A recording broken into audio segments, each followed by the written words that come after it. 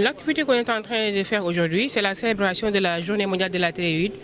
On en est à la 3e édition au Sénégal. Quand on parle de thyroïde, la thyroïde en tant que telle n'est pas une maladie, mais la thyroïde est une glande sous forme de papillon qui se trouve au niveau du cou.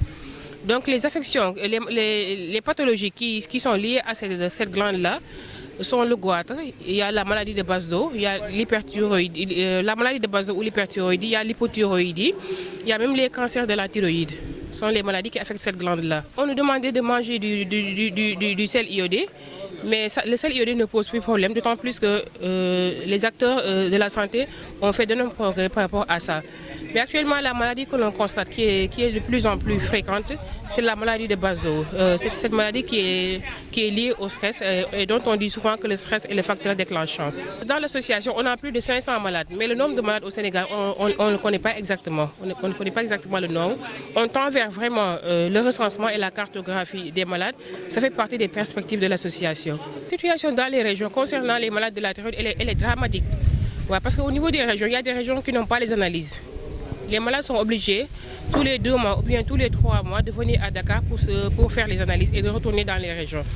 Et les analyses cumulées au traitement, aux médicaments, au transport et tout, ça devient finalement cher. C'est vraiment compliqué. Et dans les régions, il n'y a pas aussi d'endocrinologues. Souvent, les endocrinologues se trouvent à Dakar. Et donc, dans les régions, ils sont un tout petit peu désavantagés dans le traitement de cette maladie-là par rapport à ceux qui sont à Dakar. On est en train d'abord de chercher des partenaires qui peuvent nous aider. On a saisi le ministère de la Santé aussi pour que les maladies de la thyroïde soient classées dans la catégorie des médicaments essentiels. Aussi, on voudrait saisir aussi la pharmacie nationale d'approvisionnement parce qu'il y a souvent des ruptures qui posent d'énormes problèmes. On veut aussi faire la cartographie des malades aussi, recenser aussi le nombre de malades. Tout ça fait partie des perspectives de l'association.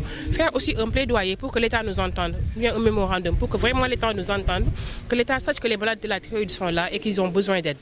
Et que sur les 10 malades, les 8 sont des femmes.